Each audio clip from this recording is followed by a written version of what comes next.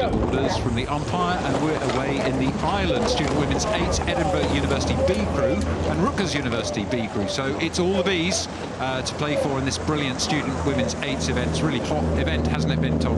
Yeah, absolutely. Since its inception in 2021, it's continued to grow in popularity, and the fact that Rutgers have brought 2 crews over to contest the Ireland Challenge Cup this year is just indicative of how important transatlantic programs see this competition. Yeah, you mentioned the popularity, you know, as you said, it was introduced only in 2021, 4 years ago, and we had 44 entries for 24 places. So, you know, 20-odd crews there who went through the qualifiers and didn't make it. So it's already an achievement to be on the track here for these 2 B crews, as we're riding now with the Rutgers University crew looking really strong.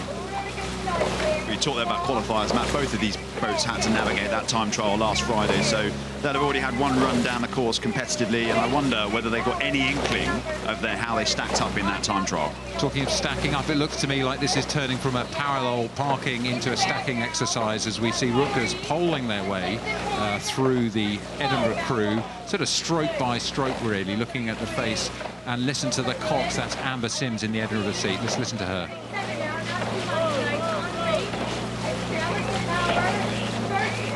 She's calling the crew on. They've got to do something at this point to try and stay in connection. Looking at that sign at the barrier, Tom, we can see lane 2 is showing there, and well, lane 1, will it be making it on the board? They've opened up a big margin. It's clear water already.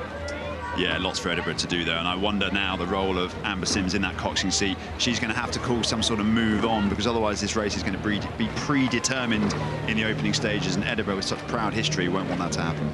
So 2 B crews, and we're looking here at the backs of the B crew from Rutgers University. Really great to see this display from them. Very, very strong performance, and really showing their class. And I guess for them, they've got an A crew in this event as well. Shows the depth of that program, as you mentioned, Tom. Yeah, coached by Justin Price, brought 2 crews over. I know he's been planning for this all season, and it was a clear target in their mind after the NCAAs, which of course are their national championships, where I think their 1V was 8th, their 2V was 13th. So this was always the golden mirage in the horizon for Rutgers, and doing themselves proud here on the Henley stretch. The golden dream of the Scarlet Knights from the Rutgers University over there. Good afternoon if you're watching us from New Jersey, the State University here. I think it's their 50th anniversary year, if I'm not wrong. Lots of alumni from the club have raised funds to support these young women to make the trip to Henley in that 50th anniversary year for the State University rowing there. And they're known as the Scarlet Knights. They are up against the Scottish Warriors, but I'm afraid the Knights have the edge by quite a way at this point in the course.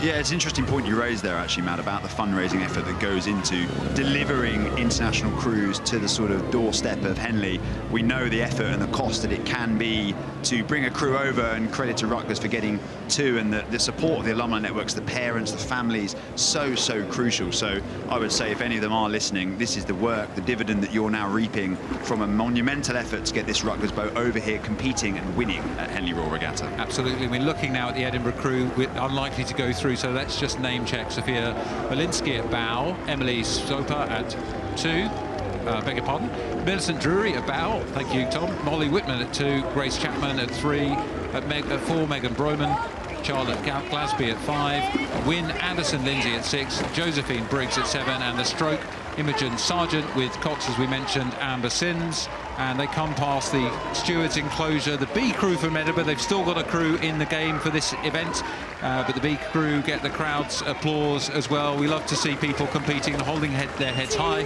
Rutgers crossing the line, doing their alumni proud. You know, it takes a village to put every single one of these women in this boat, their family, their loved ones, the club, the depth of the club they have, their student colleagues as well, and the same is true of every seat in this Edinburgh crew. So congratulations to the visitors from New Jersey. The Scarlet Knights go through, beating Edinburgh University's B crew.